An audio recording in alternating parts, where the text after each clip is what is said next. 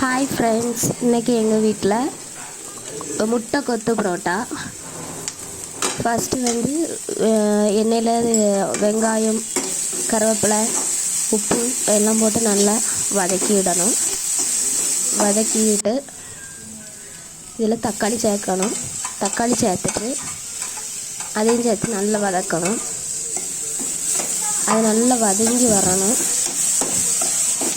நல்லா வதங்கி வந்துட்டு நல்லா வதங்கி வரணும்.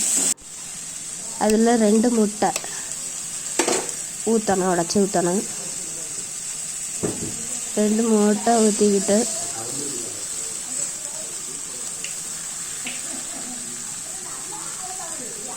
ரெண்டெண்ணம் ஊற்றுக்கோ. உங்களுக்கு எவ்வளோ தேவையோ அவ்வளோ ஊற்றினா போதும். நான் 2 எண்ணம் ஊற்றேன்.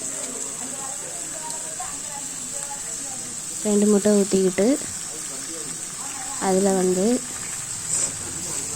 நல்லா வதக்கணும். அதை நல்ல அதை லிக்விட் கன்சிஸ்டன்சி இருக்கவே கூடாது. நல்லா வதக்கிட்டு அதில்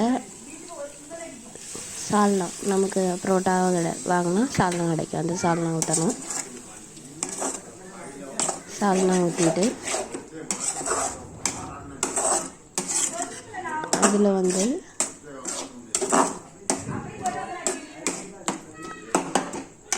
சால்னா ஊற்றுங்க. சால்னா ஊற்றி வச்சுட்டு நல்லா வதக்கிட்டாங்க. எவ்வளோ வதக்க முடியுமோ நல்லா வதக்கிட்டு அதில் கொஞ்சமாக கரம் மசாலா போட்டுடுங்க. அதுக்கப்புறம்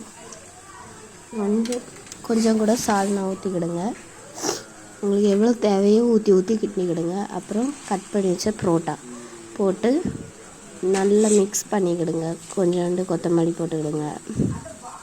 கொத்தமல்லி போட்டு நல்லா மிக்ஸ் பண்ணிக்கிட்டு அதுக்கப்புறம் நல்லா ஃப்ரை பண்ணுங்க. நல்லா ஃப்ரை பண்ணிக்கிட்டு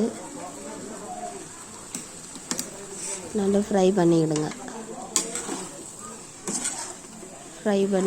ஃப்ரை பண்ணி எடுத்திங்கன்னா நல்ல டேஸ்டியான முட்டை கொத்து பரோட்டா ரெடி ஆயிரும். இதே மாதிரி எல்லோரும் செய்து சாப்பிட்டு பாருங்கள், ரொம்ப டேஸ்ட்டாக இருக்கும். இதுதான் சிம்பிளாக நம்மகிட்ட இருக்கிறத வச்சு செய்யக்கூடிய ஒரு முட்டை கொத்து பரோட்டா.